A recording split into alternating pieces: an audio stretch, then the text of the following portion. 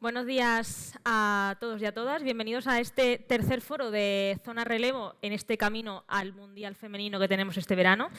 Y por tercera vez tenemos otra mesa, otro escenario, mejor dicho, con invitados muy top, por así decirlo de manera coloquial.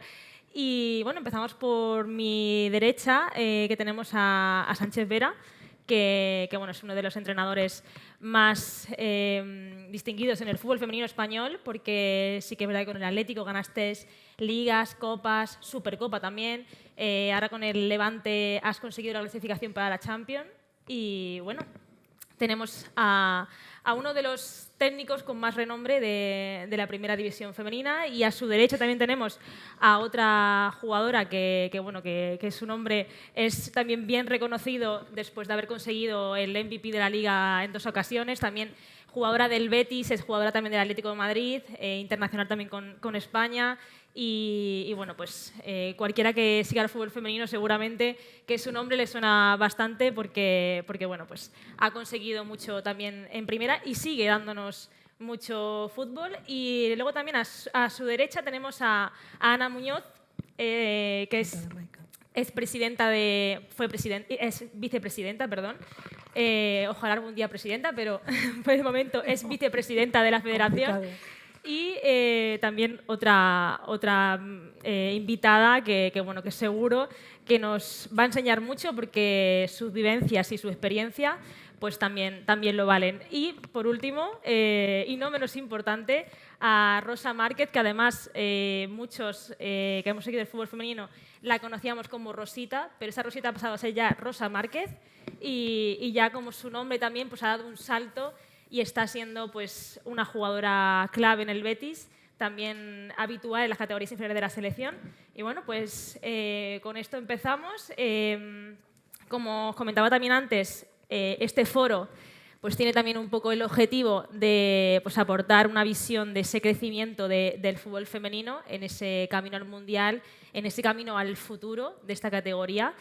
Y por eso quería empezar haciendo una pregunta para cada uno de vosotros, cada uno también en vuestra disciplina, como jugadoras, como es directiva también de la federación y como entrenador de primera, y preguntaros qué cambiaríais, una cosa que cambiaríais del fútbol femenino en ese camino al futuro para que sigamos creciendo a lo que queremos ser.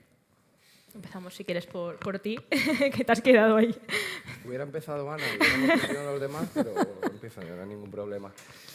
Bueno, yo creo que seguiría, más que cambiar, seguiría trabajando en las bases, ¿no? Yo creo que llevamos un tiempo que empezamos a trabajar sobre la punta del iceberg, lo que se ve, y yo creo que tenemos que seguir gastando tiempo, sobre todo, y a ese proceso de crecimiento del fútbol femenino, en esa parte que no se ve, los que llevamos dentro viviendo. Es verdad que vamos evolucionando, pero hay veces que creo que el crecimiento en algunos puntos es demasiado rápido, demasiado elevado, y en otros creo que nos podemos tambalear un poquito. Así que yo seguiría gastando tiempo en las raíces de lo que debe ser nuestro fútbol femenino español.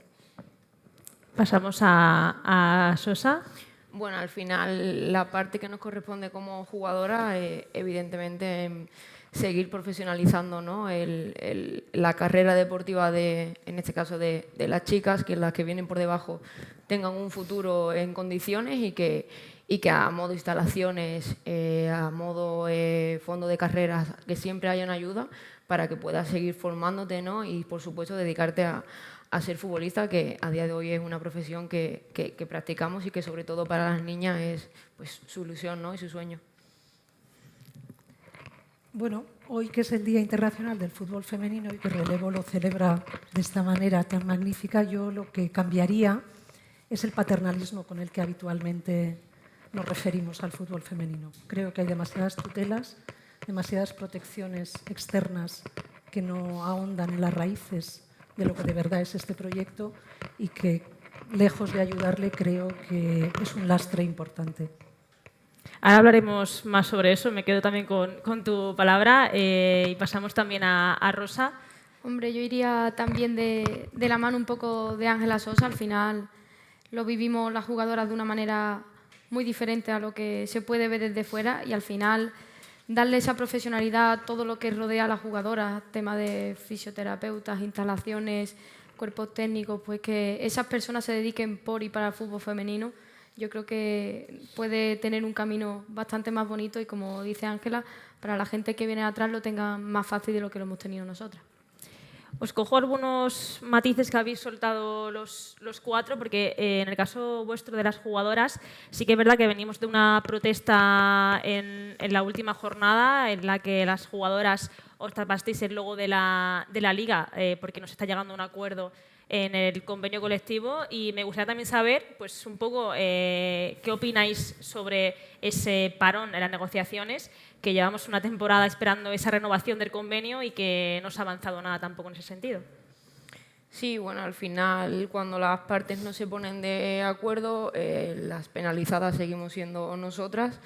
Evidentemente no queremos lo que sucedió con el último convenio, no queremos llegar a una huelga, no creo que eso beneficie a nadie, ni a clubes, ni a jugadoras, ni a federación, ni a la liga. Es una ayuda al crecimiento del fútbol femenino, que creo que es lo que todos queremos. Pero evidentemente pedimos unos derechos mínimos que en su momento nosotras firmamos, y ahora creo que para poder seguir creciendo y poder seguir dando visibilidad necesitamos, ¿no?, que se nos ayude, que se nos dé un poquito ese empujón para poder seguir yendo hacia arriba, que tampoco pedimos nada descabellado. Al final somos muchas jugadoras, otras tienen más ventajas que otros clubes quizás que tienen más problemas, y al final eso trata de ir todas de la misma mano. Y de ahí que este fin de semana, pues bueno, todos los equipos nos separamos el logo a modo protesta, porque como dices, es todo un año en lo que no se llega a un acuerdo y todo está totalmente parado. Rosa, tú también, como afectada de manera directa, aunque esto también afecta de una u otra forma al fútbol femenino en general, hablaba Ángela, no queremos llegar a esa huelga que también hicimos hace 2 años, pero si no se llega a un acuerdo, ¿volveremos a otro inicio de liga como pasó con las árbitras, en el que no empezará la liga en la jornada 1 porque por unas guerras o por otras se haya que parar otra vez el fútbol femenino? Hombre, yo creo que eso al final nunca es bueno para el fútbol femenino, para la imagen, porque está claro que cada vez están apostando más. Las televisiones, en este caso DAZN, pues ha dado un paso muy importante este año y con las temporadas siguientes. Y es verdad que, como ha dicho, no es una situación agradable ni mucho menos para nosotras. Nosotras lo que queremos es jugar. O sea, nosotras disfrutamos jugando al fútbol y es nuestra profesión y a lo que nos dedicamos. Entonces no es una situación nada agradable, pero sí que es verdad que al final, como ha dicho, son unos derechos mínimos en los cuales creo que somos muy profesionales, que cada vez lo somos más y que no estamos pidiendo nada, absolutamente nada descabellado. Y, por supuesto, habrá algún momento que parece que si no hace huelga no escuchan, como pasó en este caso con las árbitras, como pasó con el convenio, el primer convenio colectivo firmado. Fue lo que se tuvo que hacer para firmarlo, y es verdad que no queremos llegar a ese punto ni mucho menos, porque al final la visibilidad cada vez es mayor y no es algo bueno para el fútbol femenino, pero sí que es verdad que vamos a intentar pues que se lleguen a unos puntos y unos acuerdos que sean bastante lógicos y conforme a lo que nosotros damos. En línea con eso, me gustaría también abrir otro tema que creo que también, bueno, tú has hablado de la tutela, Ana, pero también está el debate de la sostenibilidad, o sea, porque al final el tema del convenio se está parando porque los clubes dicen que no es sostenible en el tiempo mantener o subir los sueldos hasta donde piden los sindicatos. Tú también conoces cómo funciona un poco en las entrañas, ¿no?, de este tipo de acuerdos. ¿Qué opinas de este debate y de esta falta de acuerdo? A ver, la falta de acuerdo supongo que tiene siempre un sustrato económico, que en definitiva es el argumento no contado nunca sobre si un proyecto es sostenible o no es sostenible. Es fácil decir que el fútbol femenino está en un momento de eclosión y de explosión y que además es absolutamente imprescindible apoyarlo. No hay ninguna duda y estamos todos de acuerdo. Pero creo que cualquier proyecto que merezca tener un futuro potente como el que ellas se ganan en el terreno de juego exige por parte de todos los dirigentes, de todos los estamentos que forman parte de esta organización, me voy a quitar el pendiente, que sé que les está molestando,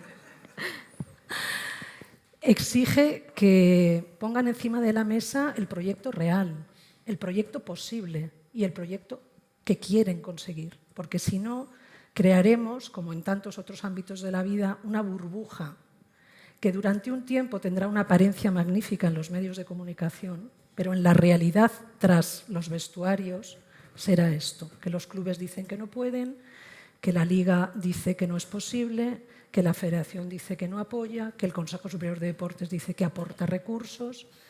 ¿Cuál es de verdad el objetivo? El objetivo es que ellas sean las mejores en el terreno de juego, que tengan las mejores posibilidades para desarrollarlo, pero no por el simple hecho de decirlo, sino porque la competición sea una competición sólida, un proyecto que empiece desde la base, que se apoye desde la base y que crezca. ¿Comparable o no con el fútbol masculino? Me da exactamente igual. El fútbol masculino ha necesitado 100 años. Estoy convencida de que no vais a necesitar 100 años, porque entre otras cosas todo va mucho más rápido que antes. Pero creo que no es bueno para un proyecto sólido que se infle, simplemente porque esté de moda.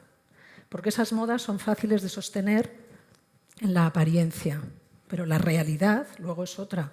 Y ellas tienen que cobrar, y las árbitras tienen que cobrar. Pero los clubes tienen que poder hacerlo, y los clubes tienen que tener la capacidad suficiente para dotar a los estadios, por ejemplo, es un ejemplo, ¿no?, de las necesidades mínimas para luego ser competitivos en el ámbito internacional. Seamos serios, no aprovechemos solo la fotografía fácil porque lo femenino vende. No, creo que tiene que ser algo mucho más. Son mucho más importantes ellas y lo que hacen como para no concederle los medios, el tiempo, el proyecto y los profesionales que merecen. Sobre esto que comenta Ana, me gustaría también preguntaros a José, a Ángela y a Rosa, que al final también vivís el día a día del fútbol femenino. ¿Hay miedo a que esa burbuja que se está generando y a ese crecimiento tan rápido que está habiendo en el fútbol femenino en cuanto a ambición explote? ¿En vuestro día a día tenéis ese miedo de decir, no sé mi futuro, si voy a poder continuar con esto, porque estamos viendo que se tambalea de vez en cuando? Bueno, no es miedo, porque yo creo que es verdad que el respaldo, la difusión pública, el poder público que empieza a tener el fútbol femenino, creo que empieza a tener el sustento suficiente como para no tener esa situación de peligrar, pero sí para reflexionar si es el camino correcto el que estamos siguiendo o no. Ana ahora decía, por ejemplo, si llegarnos a comparar con el fútbol masculino, es que yo creo que esas situaciones, por ejemplo, tienen que dejar de existir, ¿no? Es que no creo que tiene que haber una comparativa. Yo en la tele pongo tenis masculino o tenis femenino. No busco que el tenis femenino llegue en ningún momento a ser lo que el tenis masculino, porque creo que son, bueno, pues dos competiciones totalmente anexas, mercados, y que todo lo que tiene que ver con el producto femenino o el producto masculino en este sentido, sí tenemos que tener a lo mejor un poquito más cercano ese concepto de equidad, ¿no? Porque el fútbol masculino tiene, porque genera o deja de generar tanto, y el fútbol femenino creo que es donde empieza a haber un desajuste. En ciertos aspectos le estamos dando una burbuja que tú dices, parece que estamos ya, y hablaba, no sé, de la parte nuestra, el VAR. El año que viene el fútbol femenino va a tener VAR. Si seguimos jugando en campos que no tienen gradería, ¿dónde vamos a instalar una cámara? Queda muy bien en un artículo poner que vamos a tener un VAR, o vamos a tener que todavía tenemos dos competiciones, Copa y Liga, que una es gestión de la Liga y una es gestión de Federación, y no tiene que ver ni a nivel articular, el tema del reglamento no tiene nada que ver. Estamos queriendo coger por aquí, nos estamos olvidando de que es por aquí, y yo creo que antes Ana, Rosita y Ángela lo decían. Yo sí sé que yo salgo a la calle y cojo dos de esta fila y jugamos un partido de fútbol. Si no tengo 2 y 2, puede ir el entrenador, puede ir la árbitra, podemos ir los utilleros, pero que en la calle no va a haber fútbol, que necesitamos futbolistas para jugar al fútbol, y creo que las raíces hay que entenderlas bien. La competición. Tenemos una liga preparada en España para ser 16 equipos, cuando en el resto de Europa son 10, 11, 12 equipos. Las ayudas económicas van a 16 o van a 11. Bueno, yo creo que el análisis de base es mucho más profundo de lo que vemos ahora, que es la tele, y que juega un Levante Betis, un Barça Real Madrid o un Atlético de Madrid Real Madrid. Yo creo que va un poquito más allá de lo que hoy se ve, creo yo. Además, no sé si también tienes la sensación de que falta autocrítica, porque esto que comentas tú ahora no se dice desde los estamentos que regulan el fútbol femenino. Falta autocrítica también, no solo de la Liga, de la Federación, sino también del CSD, del Gobierno, o sea, de todo lo que está por encima de esta categoría. Sí, yo creo que falta autocrítica, yo creo que falta poner las verdades sobre la mesa a todos y a descubierto. Si de verdad queremos sumar por el fútbol femenino, yo lo digo muchas veces en rueda de prensa, hoy también el trabajo de los entrenadores no tiene nada que ver solo con defender nuestros equipos para los que trabajamos. Estamos en un momento, creo que importante, de crecimiento del fútbol femenino y toda la repercusión de lo que hace cada una de nuestras futbolistas, pues, entrenadores que nos meten en micro 2 o 3 veces a la semana y tienes la oportunidad de tener una voz pública, creo que todo va mucho más allá de simplemente dar ese discurso que potencie lo que quiere defender mi club, sino que creo que tenemos que de verdad abogar por el crecimiento del fútbol femenino para que esa sensación que tú dices de temor, bueno, no es temor, a que llegue un momento que la burbuja del fútbol femenino termine, no sea así, sea un contenido sólido de que digas, oye, yo soy entrenador de fútbol y, José, si llega una oferta de masculino, no, yo es que me retiraré cuando me retire de ser entrenador toda mi vida entrenando fútbol femenino. Yo quiero sentir así, yo quiero pensar así. ¿Soy un iluso? Bueno, vamos a pelearlo y voy a pelear con ellas, igual que mucha gente creo que lo estamos haciendo. Quería también, en línea también de lo que ha comentado José, que al final parece que se empeñan mucho en comparar el fútbol femenino con el masculino, ¿no? Y en que se igualen, ¿no? O en seguir ese camino a igualarse con ellos. Vosotras como jugadoras, ¿sentís todo el rato esa presión de tenéis que ser como ellos para llegar a esa élite total? A ver, al final creo que es una frase hecha, ¿no? La más fácil, ¿no? Pero incluso entre nosotras mismas, al final incluso a veces la comparativa de ¿y por qué ellos sí y nosotras no? Al final, evidentemente, como dicen ellos, es un error, eso no debe ser así, no, el mayor error es compararnos con ellos, al final somos totalmente diferentes y se trata de buscar nuestro espacio, nuestro hueco, que creo que nos hemos ganado durante todos estos años atrás, empezando por las pioneras hasta las que estamos compitiendo ahora mismo. Creo que nos merecemos ese espacio reconocido para nosotras, para que sentamos que las bases ahora sí son fuertes, los cimientos vienen bien construidos desde abajo, no desde la mitad, y que sepamos que esto va a ser duradero en el tiempo. Hombre, yo creo que para conseguir eso, al final lo que se necesita también es un poco pues, la visibilidad. Al final hay mucha gente que el fútbol es el deporte rey. Y al final yo hablo con gente de balonmano femenino, tal, somos una privilegiada en el fútbol femenino. O sea, porque somos el deporte rey también femenino, pero lo somos, quitando tenis y tal, pero hay muchos deportes femeninos que no tienen ni la mitad de lo que tiene el fútbol femenino. Y eso es porque es el deporte de España sobre todo y de muchos sitios. Y es verdad que la gente va buscando fútbol masculino. Entonces yo creo que si esa visibilidad se les diese para que nos conocieran a nosotras, no a raíz de el Betis femenino porque me gusta Joaquín, me gusta Canales, me gusta, pues voy a conocer también, e incluso vas a los colegios pero ¿tú has llegado a conocer a Juanmi? Es la primera pregunta que te hace. ¿Tú has conocido a Joaquín?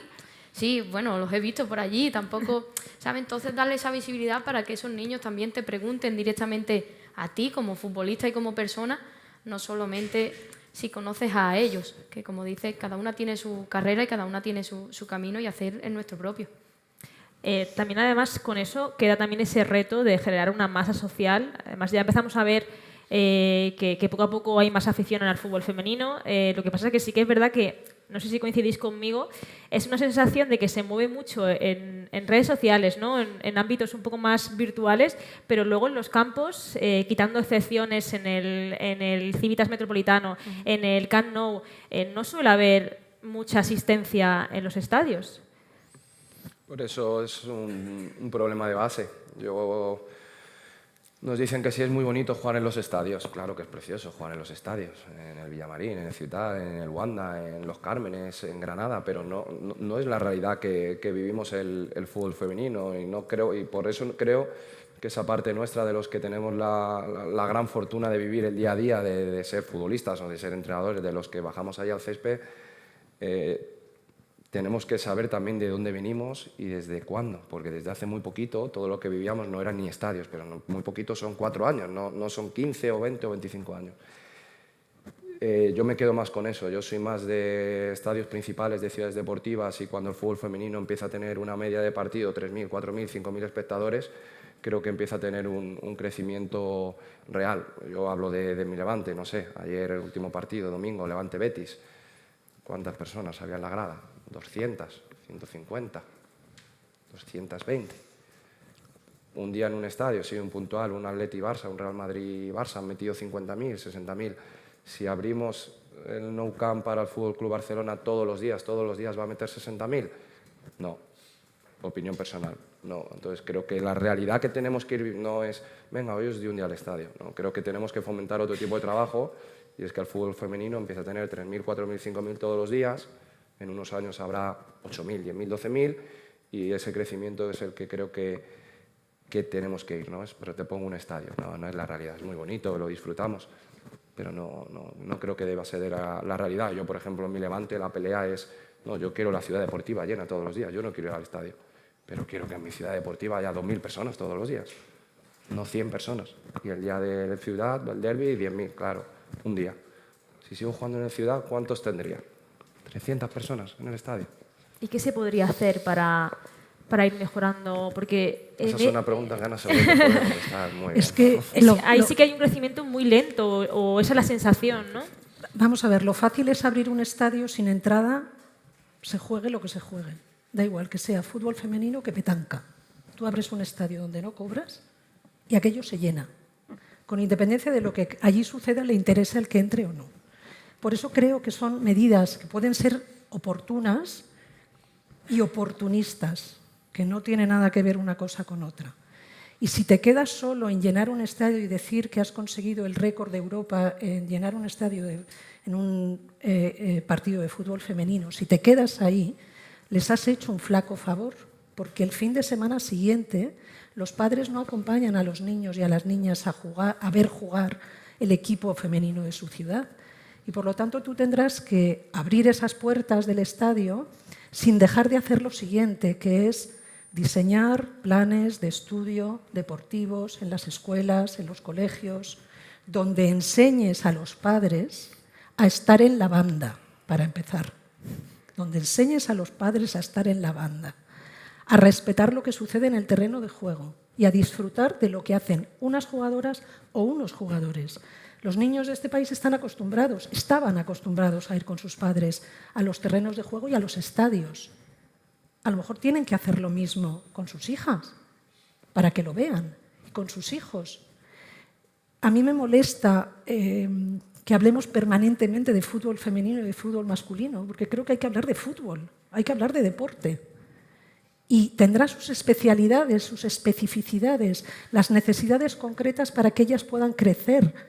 Pero es fútbol, es deporte, es pasión, es tensión, es el deseo de disfrutar con lo que otros consiguen. Si tú eres capaz de transmitir eso en las familias o en las escuelas, probablemente estas magníficas jugadoras no tendrán que estar reivindicando tener a 200 personas, porque esas 200 personas y 500 disfrutarán con la pasión de lo que ellas hacen en el terreno de juego. Lo que pasa que en este momento lo femenino vende.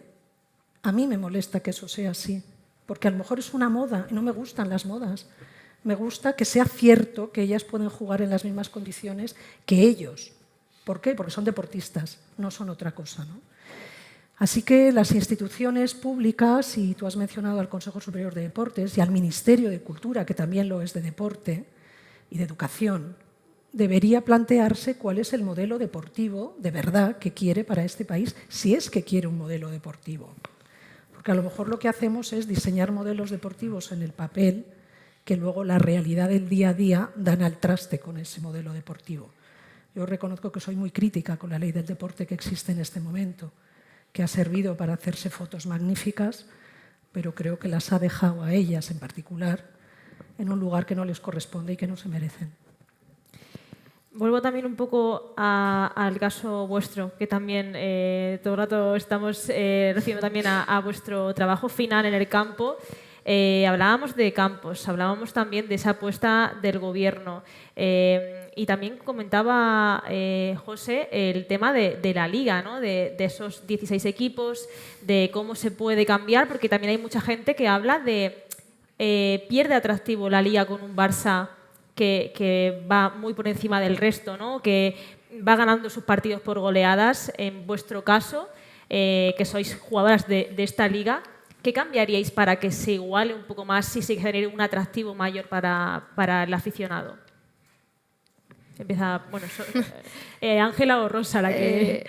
Bueno, al final está claro que el Barça, como tú pones en este caso, aparte de que yo creo que los clubes apuesten, yo creo que eso es fundamental. No creo que haya sido casualidad que el crecimiento del Barça haya sido porque ellas han empezado a ganar, sino que ha ido un poco también por la misma apuesta de esas jugadoras de cantera, en ese caso, que no le han costado dinero y han sido las que han sacado ese Barça más, esas Aitana Bonmati, Patri, no han costado dinero. Entonces, ahí el Barça ha visto un producto donde poder vender y donde poder hacerse grande.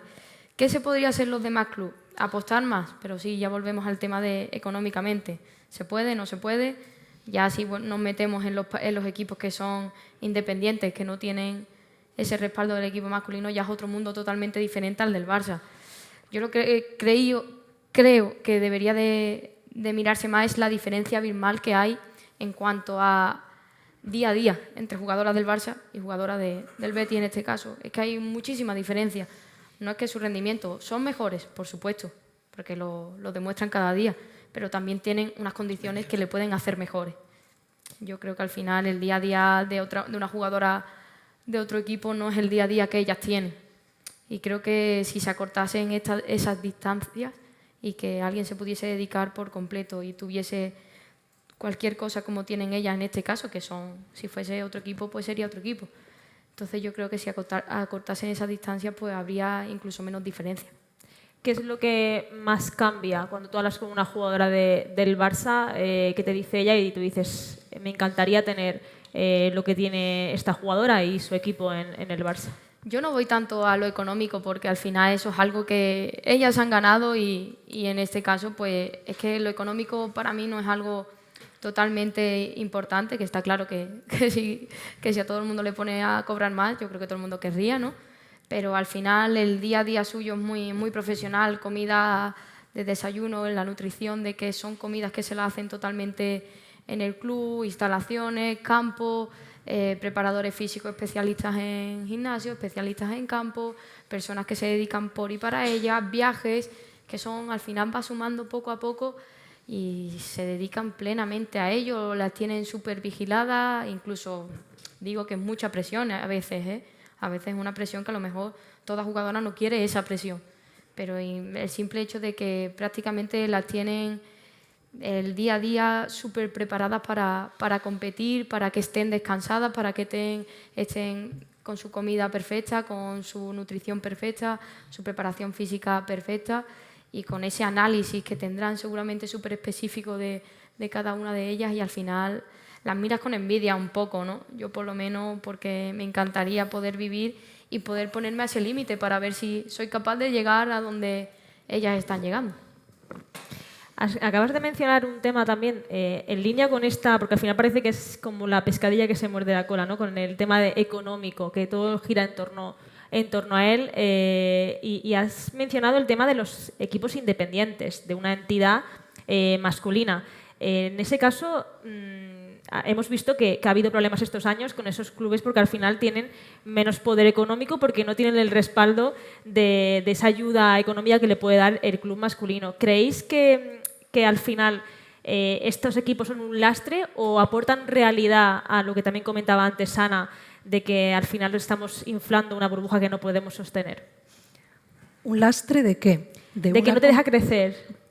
Es que la pregunta que haces es muy interesante. ¿Un lastre para qué? ¿Para una competición profesional que de verdad no está profesionalizada? Porque a lo mejor la pregunta es esa. Es que a lo mejor no hay igualdad de armas y cuando no hay igualdad de armas en la competición se está alterando el resultado de la competición. Pero entonces, ¿qué hacemos? ¿Artificialmente conseguimos que tengáis las mismas condiciones unas jugadoras que otras, con unos clubes que no pueden soportarlo o con unas entidades privadas que tampoco pueden soportarlo? Entonces la pregunta tenemos que hacerla por elevación. ¿Por qué decimos que es una liga profesional cuando no tiene todo el que participa en esa liga profesional las mismas condiciones para poder competir profesionalmente? Bueno, yo creo que había una presión mediática y deportiva para tener una liga profesional femenina. Pero no sé si se pararon a considerar si las condiciones en las que todos competían eran iguales. Y con eso no estoy hablando de dopar económicamente a los clubes, que eso es una de las salidas fáciles, ¿sabes? Es decir, no, ponemos dinero, lo ponemos hoy. No sirve que lo pongas en esta campaña, no. Tienes que dotarles de recursos o buscar mecanismos para que ellos puedan generar esos recursos. Pero este debate es el que se produjo en el año 15 y con anterioridad con la venta de los derechos de televisión en el fútbol masculino. Había 2 equipos, 3 equipos que decían que sus resultados económicos en la televisión los obtenían ellos y que era un problema del resto si no llegaban a los mismos targets en las televisiones internacionales. No era lo mismo un Barça-Real Madrid, y no voy a poner ningún otro equipo en comparación, que ver otro partido de fútbol. Pero la realidad es la que es. No podemos inventarnos una realidad para que nos parezca más bonita. Yo creo que lo que hay que hacer es analizar cuáles son las circunstancias en las que juegan, cuáles son las circunstancias que tienen sus clubes o los equipos que las sustentan y qué posibilidades reales existen. Y cuando tengamos eso negro sobre blanco, decir, aquí es donde hay que actuar. Hay que actuar económicamente, hay que actuar mediáticamente, hay que actuar desde el punto de vista institucional. Pero intentar solucionarlo todo diciendo, ya sois profesionales, ya tenéis una liga profesional, ale, ahora os espabiláis, pero ya sois como ellos. Creo que es que no es verdad. Y la realidad lo demuestra. ¿Qué opináis vosotros de lo que está comentando Ana, sobre todo en esta primera temporada como liga profesional, que además lo comentábamos antes, es una liga profesional, pero sigue habiendo muchos campos que no son profesionales y sigue habiendo equipos que están lejos de ser profesionales en cuanto a estructura? Yo es que de los comentarios me venían muchas cosas y me quedaría sin foro, porque yo creo que al final es que aquí tampoco podemos focalizar, tampoco podemos focalizar solo las estructuras, Liga, Consejo Superior de Deportes. Yo por suerte he podido vivir también el fútbol masculino, ¿no es? Y antes decía Rosita y hablaba también un poco de esa parte futbolística, y ahí tiro un poco la parte de entrenador, ¿no? La parte de papá, de mis futbolistas, o esa parte que yo me siento de decir, es fútbol profesional, pero como todavía no tiene esa etiqueta, al final nos estamos preparando para ser profesionales, pero todos, ellas, nosotros, todos los que convivimos hoy día con el fútbol.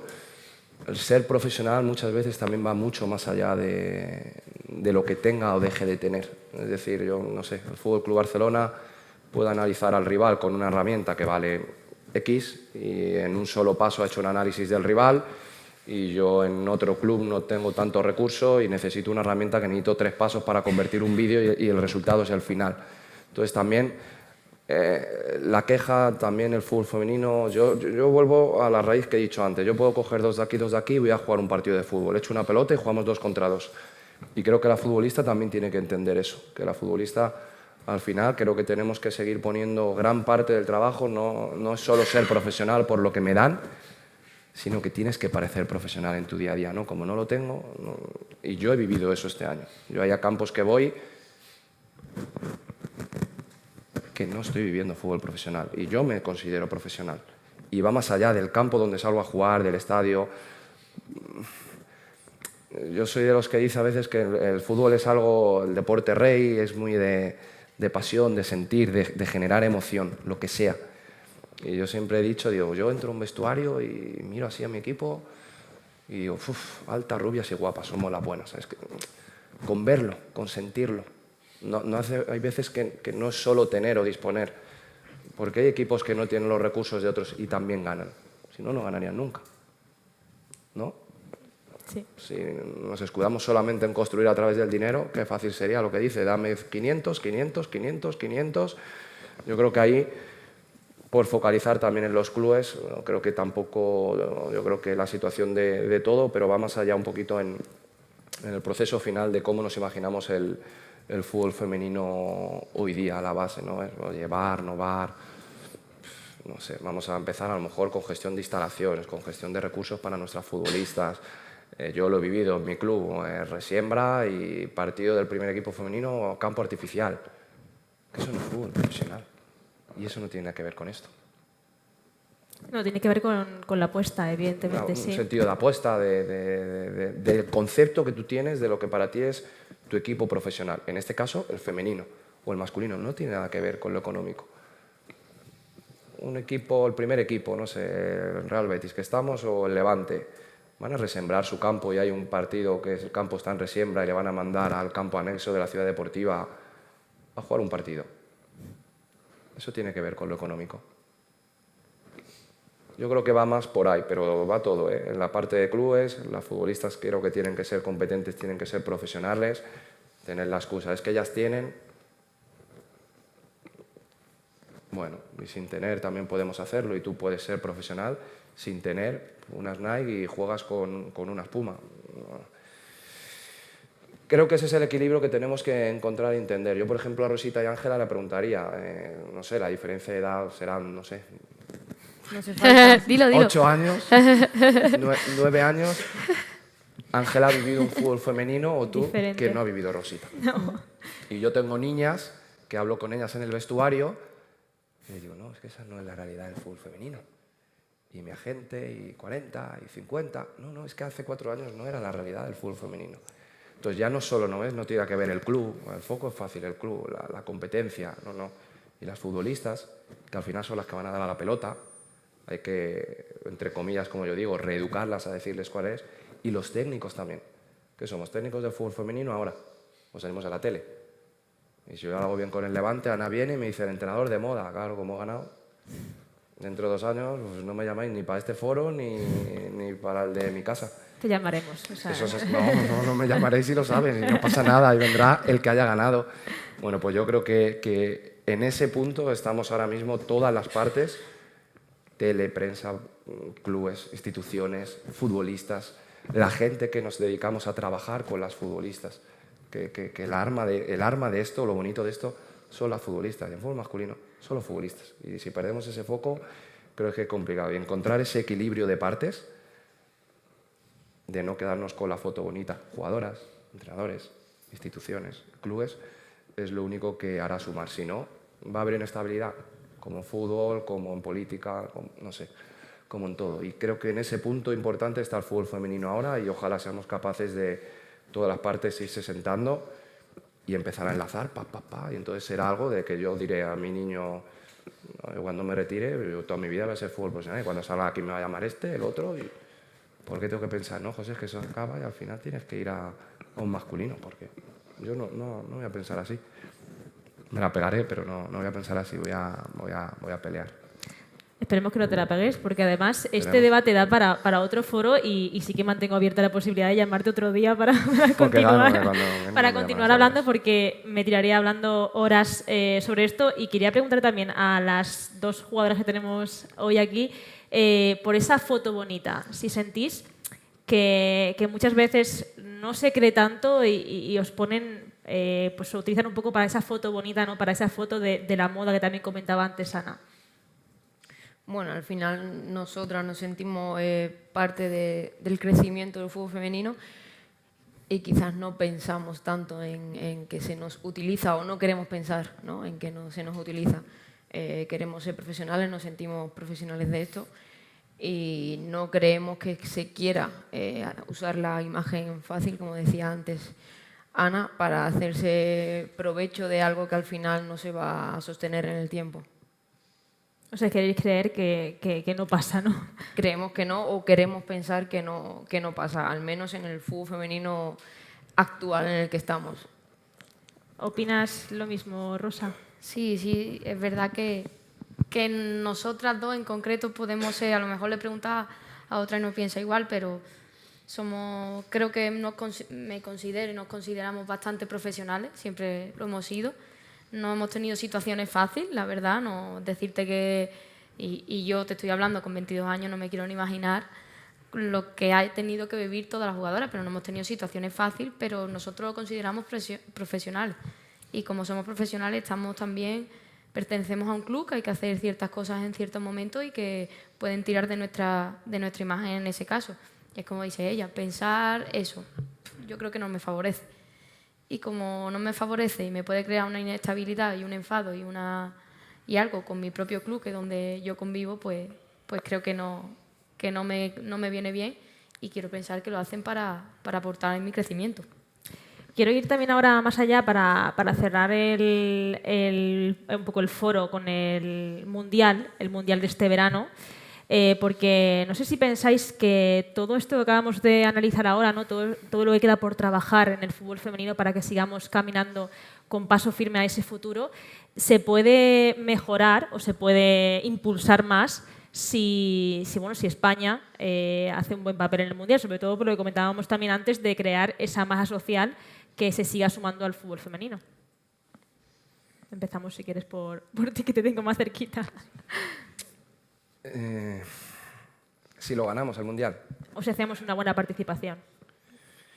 Bueno, a mí me gustaría que la situación que estamos viviendo ahora mismo la selección española no se estuviera dando, más que ganar la del Mundial. Creo que estamos, como decimos, en un buen momento de fútbol femenino, en un buen momento porque tenemos buenas futbolistas y al final esto es deporte profesional, punto uno, no podemos olvidarlo. Vivimos rodeados de una generación de futbolistas que con total sinceridad no sabemos en cuánto tiempo próximo vamos a volver a repetir una generación de, no sé, es que no te voy a decir 15, 18, 20, te voy a decir 30, 35, 40 futbolistas que ahora mismo hay a nivel nacional. Importante, y a mí lo que me gustaría que la situación de cómo se está generando nuestra selección, que tiene influencia directa en ese crecimiento de nuestro fútbol femenino, se estuviera llevando, gestionando de otra manera como lo hemos hecho. Instituciones, futbolistas, staff, creo que nos hemos equivocado demasiado. ¿Va a ayudar a ganarlo? Nos va a seguir dando voz diciendo aquí tenemos gente que es muy buena. ¿Eso va a corregir lo demás? No lo sé, yo no lo creo. Tú como entrenador, ¿qué harías en esa situación? En la situación en la que un grupo de futbolistas te piden que hagas cambios o que tú mismo dejes tu puesto porque creen que es la razón para poder seguir creciendo. A ver, no creo que las futbolistas deban pedir cambios. No creo que esa situación se gestione así dentro de un cuerpo técnico. Yo te hablo de mi experiencia. Es que una situación así a mí no se me puede dar. Mi forma de gestión no da lugar a que llegue a un punto que es con las que yo tengo que ir de la mano, porque esto es un equipo y somos 50, no puede llegar a un momento en lo que esto es una guerra entre unos y otros. No puede llegar. Si hay algún momento, por lo que sea, porque no te convenzo, por lo que sea, es fútbol profesional y hay 100.000 situaciones y hay que entender todas. Eso se está dando. Pues quien tenga aquí la voz cantante tiene que tomar decisiones, porque en un equipo de trabajo que somos 50, 25 cuerpo técnico, 25 futbolistas, si no vamos de la mano, lo que no se van a obtener son los rendimientos o los resultados que queremos. Entonces creo que una situación límite en esa situación a mí, no, por mi personalidad, por cómo soy, no se daría. Creo que es una situación incómoda para futbolistas, creo que es una situación incómoda para Jorge, y lo triste de todo esto es que estemos viviendo esa situación, porque creo que no ayuda a la estabilidad del fútbol femenino. No te puedo decir algo que no he vivido. Pues hablo cuando cosas que he vivido y te digo desde la experiencia. Jugar e imaginar a mí no me gusta, no es una situación fácil. En el caso también, por ejemplo, de Ana, o sea, tú has pertenecido a la federación y la federación es la entidad que está gestionando este conflicto, que al final es el mayor conflicto deportivo, si se puede decir, o de un vestuario en la historia del fútbol femenino español, incluso me atrevería a decir casi que de la historia reciente del fútbol en general. ¿Tú cómo lo ves? Es una situación que, como dice José, creo que es dificilísima de manejar, pero hay que analizar por qué. José no ha contado que le he dicho que era el entrenador de moda, pero no ha contado la segunda parte que le he dicho. Lo eres porque todas quieren jugar contigo, que es probablemente el mejor, eso es verdad, el mejor piropo en el sentido profesional que se le puede dedicar a... No, pero Ana, ese es el éxito de un entrenador. Pues por eso, la segunda parte no la has contado, ya la cuento yo. Ya la cuento yo. Ese es el éxito de un entrenador. Ganar o perder no es que tú, una futbolista, diga que quiere trabajar contigo. Yo creo que... Y además, perdona que te corte, es que yo conozco a muchas jugadoras, y esto es que es verídico, porque hay jugadoras que nunca han sido entrenadas por José y que te dicen que antes de retirarse quieren pasar por un equipo que lo lleves tú. O sea, sí que es verdad que es una opinión muy generalizada entre las jugadoras. De primer nivel, estamos hablando. Porque Tenemos gano, los el día que colores, pierda no quieren jugar No es fruto conmigo, de la esto- casualidad, esto- seguro, ¿no? esto es fútbol Creo profesional. que es una situación muy difícil de gestionar por parte de todo el mundo, pero también muy arriesgada por parte de las jugadoras. Sí. Hay que tener mucho valor para hacerlo y a lo mejor hay que tener muchas razones para hacerlo. Pero requiere esa frase de que lo que ocurre en el vestuario queda en el vestuario, que puede tener una connotación negativa, creo que también tiene una connotación muy positiva, ¿no? Que es en el seno de un equipo de trabajo es necesario que el diálogo y la transparencia que haya entre ambos les lleve a encontrar soluciones a los problemas reales que hay, sin que haya posiciones que se enquisten porque ninguno manifieste el poder lo tengo yo porque selecciono o el poder lo tengo yo porque juego en el campo. Si ese es el lenguaje de comunicación, pues en fin, que Dios nos ayude en el Mundial. Tristemente, porque un Mundial, participar en un Mundial es para el proyecto sostenible algo maravilloso y sobre todo una ventana al mundo magnífica para hacer crecer ese proyecto, ¿no?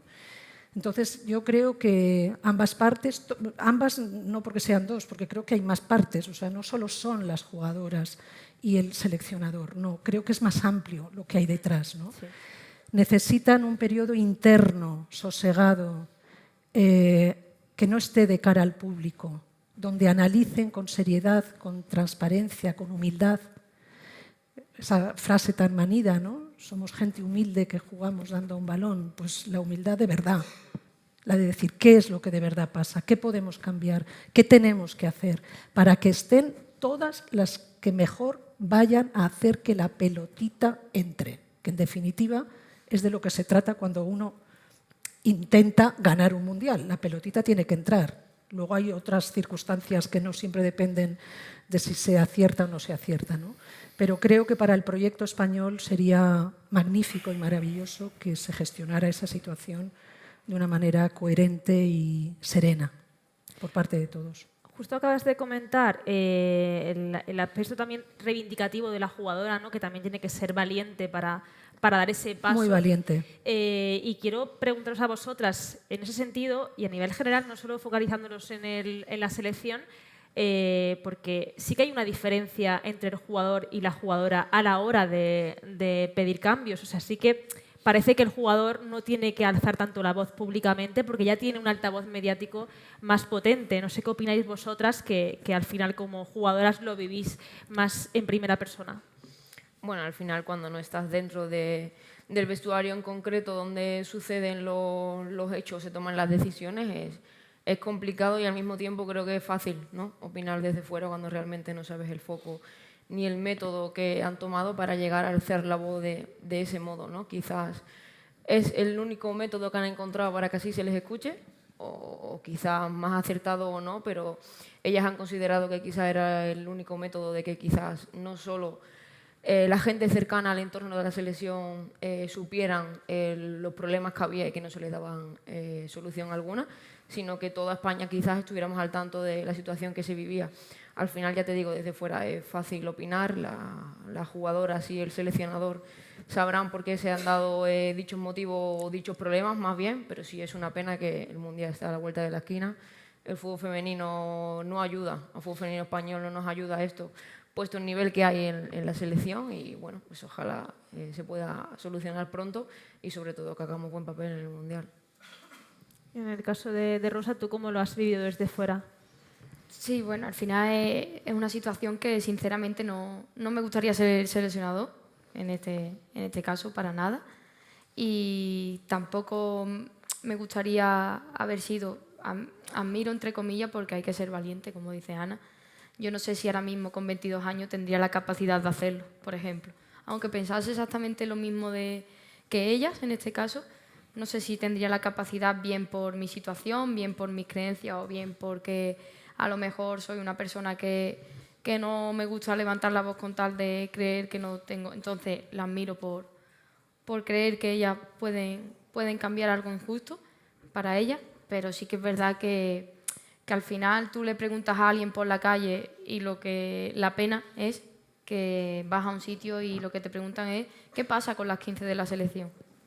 No saben si hay mundial, si no hay mundial, si cuándo es, dónde es, no tienen ni idea. Haces esa pregunta junto con cuáles son los equipos en la fase de grupo de España y hazme caso que la pregunta es esa y no es esta. Entonces, la pena es que se ha perdido un poco el foco a esta generación que incluso las mismas jugadoras de dentro la estábamos disfrutando tanto, porque tú dices, no voy a la selección, pero es que la ves y tú dices, que son muy buenas. Entonces, es una pena por el hecho de que a lo mejor se está desperdiciando algo muy bonito, pero también estarán solucionando problemas, supongo, entre ellos que harán que en selecciones posteriores pues no vuelva a ocurrir. La solución, pues ojalá lo tuviese, que hubiera llamado ya a Jorge o alguna compañera para poder dársela, pero está claro que por parte de las dos partes hace falta conversaciones, como ha dicho Ana, y que esperemos que hagan un buen papel en la selección y en el Mundial, pero sí que es verdad que a pesar de que se juegue el Mundial, después que la selección sigue, que parece que todo el mundo se pone como tope el Mundial, pero ¿y después qué? ¿Van a seguir esas 15, teóricas 15 que sin ir, van a volver? O sea, es que al final no se acaba en el Mundial, ¿sabes? Parece que es el tope, pero es que no se acaba y el problema va a seguir aquí. O sea, al final, en algún momento se tendrá que solucionar. Y está claro que yo no sé cuándo es.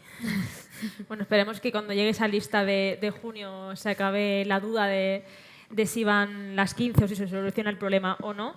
Quería preguntar si hay alguien del público, de los que están aquí, que quieren hacer alguna pregunta a alguno de nuestros invitados. Sí, tú. Espera, que te pasan un micro. Un segundo. Yo quería preguntarle a Ana sobre lo que sería la correcta convivencia entre una federación y una liga profesional. En este caso, la Federación Española de Fútbol y la Liga EFE. Gustavo no da puntada sin hilo. ¿Qué sería necesario?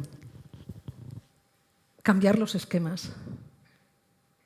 No hablo de cambiar las personas. Cambiar los esquemas.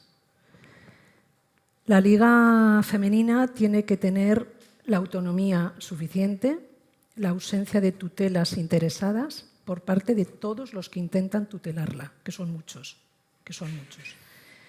Y a la vez creo que tiene que tener el apoyo de aquellos que, con la experiencia previa que tienen y la capacidad que tienen para ayudar a que sea más rápido el progreso, se aprovechen de la experiencia anterior. Yo me pregunto por qué tiene que haber una gestión diferenciada entre el fútbol femenino y el masculino. Me lo sigo preguntando. Si eso es para que sea algo mejor, bienvenido. Si es simplemente por el hecho de que en vez de tener dos interlocutores tengamos tres, que son la Liga Femenina, la Liga Masculina y la Federación. Hablo de estos estamentos porque son los que tienen competencias en esta materia y, por supuesto, el Consejo Superior de Deportes, ¿no? Si replicamos problemas pasados, hemos hecho un pan con unas tortas. Y me da la sensación de que algunos de esos problemas pasados los hemos replicado en el ámbito de la Liga femenina, ¿no? Pienso lo mismo que en el debate de las jugadoras, ¿no? ¿Por qué no se sientan en la trastienda, fuera de los focos mediáticos, y son capaces de llegar a una entente cordial para que ellas puedan llegar al mejor lugar posible, con independencia de que la liga femenina esté presidida por una mujer, por un hombre, de que la masculina esté presidida por una persona que se lleva fatal con otra que preside la federación? Por Dios, seamos capaces de crear un proyecto serio. ¿Por qué replicamos los modelos que no han ayudado, yo creo? ¿Y por qué, cuando he dicho antes que tengo una postura crítica con la ley del deporte, lo digo por una razón muy simple? Perviven problemas del pasado que no se han solucionado. Y, Dios mío, llevamos, no sé cuántos años tenía, desde el 90 la ley anterior. Hombre, digo yo que alguna experiencia tendríamos para persistir y resistir en el error. ¿O es que el objetivo era persistir y resistir en el error? Entonces creo que hay que ser valiente también para afrontar esto. Y para ser valiente hay que dejarse en casa las miasmas del pasado, pero para eso también hay que ser valiente. Hay que ser valiente para no tener miedo a perder lo que uno tiene en este momento, si con eso cree que crea un proyecto mejor, ¿no? Y me parece que el diseño no ha estado presidido por hombres valientes, la verdad. Y digo por hombres porque eran hombres los que participaban, no porque excluya a las mujeres, sino porque casualmente eran hombres. A lo mejor la perspectiva femenina ha faltado un poquito. Creo que hay otra pregunta. Sí, me voy al plano deportivo con el entrenador de moda. Apuntaba Rosa que en la selección, el camino de la selección no se acaba en el Mundial, después vendrá otra etapa. Desde la Federación ya han dicho por activa y pasiva que valorarán a nuestro seleccionador actual, a Jorge, por los resultados. Ya pasó en la masculina con Luis Enrique. ¿A ti te gustaría estar en la timba o ser seleccionador español? Si me siento yo ahí te hago a ti la pregunta, ¿tú qué me contestarías? Que por supuesto que sí. Yo creo que a cualquier entrenador que, como yo te digo, se considere profesional, entrenador profesional, masculino, femenino, entrenador profesional, que te llame la selección española, pero escucha, José, ¿y si te llama el Barça? ¿Qué contestarías? Lo mismo, que me llamen. Yo creo que lo que te digo sería, yo creo que ese es no el sueño, pero yo creo que es algo que el que diga no habría dice duda, la verdad. ¿no? Me llama la selección española, no, y cierra. ¿Cómo? Que cierres, seguro. Seguro. Y muchos otros equipos y otros clubes europeos. Ambición es algo bonito, pero lo que te digo, ¿no? Pero el remedio se arregla, es un cambio solo de técnico, es lo que decimos. Oye, volvemos a quitar otra vez lo que tambalea, que no sé, a lo mejor sí, no lo sé, no lo sé. Bueno, vamos a intentar seguir haciendo las cosas bien y hay meses por delante ahora que creo que son muy, muy, muy importantes lo que pueda pasar de cara al fútbol femenino, muy, muy importante. Más allá de un cambio de entrenador o de unas jugadoras. Es que todo acaba, si todos tenemos... Si gana, ¿qué pasa? No sé si me escuchas, sí. Entiendo que en la Federación han dicho que si ganan el Mundial no habrá cambio de seleccionador. Y estar aquí sentado, como yo. Y si no gana, pues en cuanto acabe el Mundial, pues saldremos, ¿quién? Natalia y 6 entrenadores más que podemos estar en la... Bueno. Pero por un lado está la ambición y por otro lado, ¿en qué momento de tu carrera deportiva te sientes preparado para asumir un cargo de tanta responsabilidad? Porque no sé si todos los entrenadores o entrenadoras de Liga F estarían en el momento de su carrera para asumirlo. Yo me siento preparado y siento que en el fútbol femenino español hay muy buenos entrenadores y entrenadoras. Ya cada uno cómo se siente o a dónde llegaría, sí sé que hay muy buen nivel de técnicos hoy día en el fútbol femenino español, muy buen nivel. No sé si hay otra pregunta de alguien más por aquí. Hola, mi pregunta es para Rosa. No sé, a ver, yo también soy joven, tengo la misma edad que tú. No sé cómo gestionáis vosotras todo el tema de si, supongo que claro que lo valoráis, pero cómo hacéis para tener los pies en el suelo y ser conscientes de todo lo que han conseguido las que van por delante vuestro, en este caso Ángela, que antes lo decía también José Luis, y no sé si crees que todas las personas de tu edad o tus compañeras de más o menos de tu edad pueden o están capacitadas para ser parte de esta profesionalización, que antes también lo comentabais, ¿no? Que al final no es solo, o sea, hay muchos factores en esta profesionalización. Pues yo creo que principalmente yo he tenido mucha suerte tanto en mi casa, yo creo que es fundamental cómo te cuidan y cómo te educan en tu casa, en este caso pues mis padres son unas personas que al final me han tenido la cabeza muy estable durante toda mi vida. Y también tengo que decir que he tenido mucha suerte con la gente que me he cruzado, en este caso en el Betis, que es en el club que he estado, que me han hecho sentarme, literalmente me han hecho sentarme en reuniones que yo decía que yo no tengo que estar en este tipo de reuniones, que no me entero, y me han hecho sentarme, de decir, Rosa, esto es el futuro y tú te vas a tener que enterar para poder enseñárselo a las demás. He tenido muchas jugadoras que me la han podido enseñar y también te tengo que decir que yo me he ido profesionalizando conforme he ido creciendo. Está claro que cuando empecé con 16 años, 15 en primera, ni mucho menos hacía la mitad de cosas que que hago ahora por las circunstancias, porque ves que no te da el nivel. O sea, si tú ya no te profesionalizas, es que no te da. Y sí que es verdad que pienso que yo he tenido suerte porque me han hecho, como se dice, me han dado un cosque a tiempo dentro del equipo, por decirlo de una manera, pero también pienso y te puedo decir que hay gente que hoy en día, de mi edad, entorno, que se está perdiendo un poco la perspectiva de todo eso. Yo sí lo considero. Ha habido, sobre todo económicamente, como ha dicho José antes, yo tengo compañeras que yo de verdad a veces me considero que soy una persona poco inteligente porque hay personas de mi edad que tienen, no que tengan la vida resuelta, pero el triple, que en situaciones que yo digo, pues no sé, a lo mejor no soy lo suficientemente lista para haberme movido de manera adecuada, pero sí que es verdad que se está perdiendo la perspectiva de estas jugadoras que nos han abierto el camino, e incluso yo la he perdido en varias quejas, seguramente, pero he tenido gente que aquí tengo una que me hace centrar la cabeza en muchos momentos de mi día a día, y pienso que son muy necesarias personas como Ángela, que han vivido y están conviviendo, para que personas como yo, en este caso, pues no perdamos la cabeza, porque sí que es verdad que se está perdiendo un poco la perspectiva de lo que mueve el fútbol femenino por el simple hecho de lo que aparenta ahora.